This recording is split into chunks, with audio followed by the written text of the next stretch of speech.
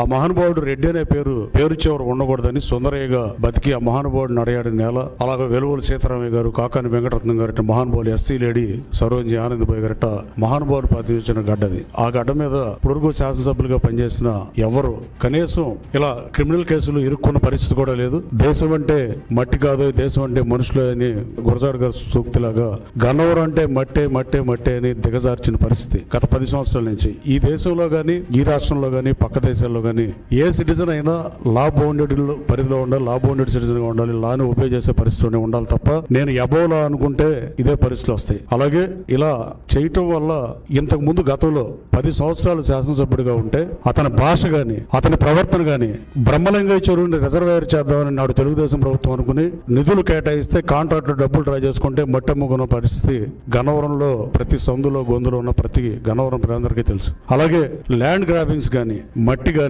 నకిలీ ఇళ్ల పట్టాలు 2019లో పోటీ చేసినప్పుడు ఇచ్చిన పరిస్థితి కానీ, ఆ నకిలీ ఇళ్ల పట్టాలు డిస్ట్రిబ్యూషన్ గవర్నమెంట్ ఆఫీస్ చేయాల్సింది అతని మనుషులు పంచిన విధానం కానీ, ఇలా ఎన్ని మాట్లాడిన ఆఖరికి సభ్య సమాజం తలదించుకునే భాష విషయంలో కానీ, ఆఖరికి జగన్మోహన్ రెడ్డి గారికి ఇలాంటి వాళ్ళు నచ్చుతారని తీసుకున్నాడు. ఆ రోజు చంద్రబాబు నాయుడు గారు ప్రధాన ప్రతిపక్ష హోదా పోగొడదామని తీసుకుని ఇవాళ ప్రతిపక్ష హోదా ప్రజల చేత తిరస్కరించబడి జగన్మోహన్ రెడ్డి గారు ఇలాంటి పనులు చేస్తా ఉండేవాళ్ళు ఇష్టమై ఆయన తీసుకుని నేను జగన్మోహన్ రెడ్డిని అధికారంలో తీసుకోవడానికి నేను పోటీ చేసి నేను ఏ రోజు భాష తోలనాడు. ఆ రోజు జగన్మోహన్ రెడ్డి గారు కూడా ఎట్టి పరిస్థితుల్లో అతన్ని ఓడించాలి, అతని దుర్మార్గాలకి అంతం పలకాలని చెప్పి తనకు వ్యక్తిగతంగా అతని మీద ఉన్నట్టుగా నన్ను పెనలూరు వర్గం అయితే నాకు ఆ సీట్ ఇస్తానని గన్నవరంలో నన్ను బతిమలాడిన పోటీకి చేపించిన పరిస్థితి వాస్తవం కాదా?